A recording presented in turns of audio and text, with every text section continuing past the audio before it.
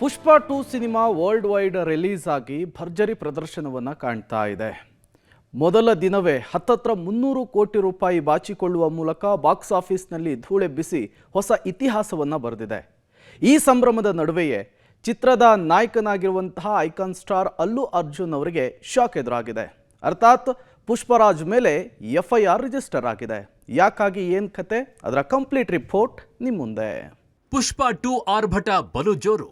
Box ಆಫೀಸ್ನಲ್ಲಿ ಪುಷ್ಪ 2 ಭರ್ಜರಿ ಗಳಿಕೆ. ವಿಶ್ವದಾದ್ಯಂತ ಪುಷ್ಪ 2 ಸಿನಿಮಾದ ಬಗ್ಗೆ ಭಾರಿ ಕ್ರೇಜ್ ಇತ್ತು. ಪುಷ್ಪ ಹೆಸರಿನಲ್ಲಿ ಟ್ರೆಂಡ್ ಕ್ರಿಯೇಟ್ ಆಗಿತ್ತು. ಮೊದಲ ದಿನದ ಗಳಿಕೆಯ ಬಗ್ಗೆ ರಿಲೀಸ್ಗೂ ಮುನ್ನ ಒಂದು ಅಂದಾಜು ಸಿಕ್ಕಿತ್ತು.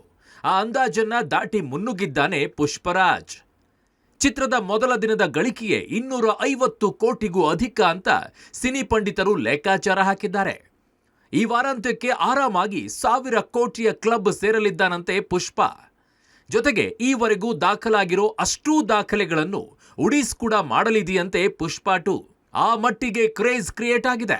ಒಂದು ಕಡೆಗೆ ಪುಷ್ಪ ಟೀಮ್ ಸಂಭ್ರಮದಲ್ಲಿ ಮುಳುಗಿ ಹೋಗಿದ್ರೆ, ಈ ಬೆನ್ನಲ್ಲೇ ಸಂಕಟವೊಂದು ಧುತ್ ಅಂತ ಎದುರಾಗಿದೆ.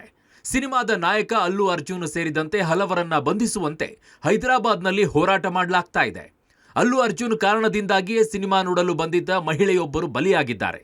ಆ ಸಾವನ್ನ ಅಲ್ಲು ಆ್ಯಂಡ್ ಟೀಮ್ ಹೊತ್ತಿಕೊಳ್ಳಬೇಕು ಅಂತ ಸಂಘಟನೆಗಳು ಒತ್ತಾಯ ಮಾಡಿವೆ. ಜೊತೆಗೆ ಅಲ್ಲು ಅರ್ಜುನ್ ಮೇಲೆ FIR ಕೂಡ ದಾಖಲಾಗಿದೆ. ಮೃತಪಟ್ಟ ಮಹಿಳೆಗೆ ನ್ಯಾಯ ಸಿಗಲಿ ಅನ್ನೋ ಕೂಗು ಜೋರಾಗಿದೆ.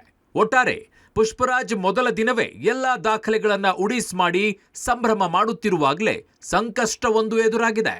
Entertainment bureau, public TV.